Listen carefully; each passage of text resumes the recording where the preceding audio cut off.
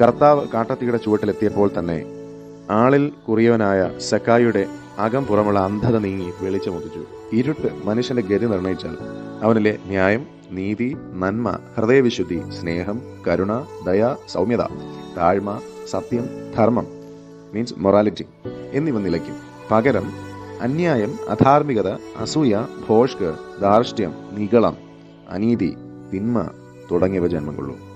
പുറമേ മനുഷ്യരൂപം നമുക്കുണ്ടെങ്കിലും ഈ ഇരുട്ടിന്റെ സ്വഭാവം അധാർമികരായ സുബോധത്തിന്റെ നന്മയുടെ വെളിച്ചം നഷ്ടപ്പെട്ട മനുഷ്യരാശിയെ സൃഷ്ടിച്ചുകൊണ്ടേയിരിക്കും. കാട്ടത്തിൽ നിന്നും ബന്ധപ്പെട്ടിറങ്ങി വന്ന സക്കായിയോട് യേശു ന്യായത്തെക്കുറിച്ചോ അന്യായത്തെക്കുറിച്ചോ യാതൊന്നും സംസാരിച്ചില്ല. എന്നാൽ വെളിച്ചമുള്ളിടത്ത് ഇരുട്ടിന് നിൽക്കാൻ സാധിക്കാത്തതുപോലെ ക്രിസ്തുവിന്റെ സാന്നിധ്യം അറിഞ്ഞപ്പോൾ തന്നെ സക്കായിക്ക് തന്റെ കുറവുകൾ ബോധ്യപ്പെട്ടു. താൻ നിൽക്കുന്നത് സത്യമായും നീതിയോടെ ന്യായം വിധിക്കുന്നവന്റെ മുമ്പിലാണെന്നുള്ള തിരിച്ചറിവ് സക്കായിക്കുണ്ടായി. ഈ കാലഘട്ടത്തിലും വെളിച്ചമുദിക്കാത്ത സക്കായിമാരുണ്ട്. ഇരുട്ടിൽ മാത്രം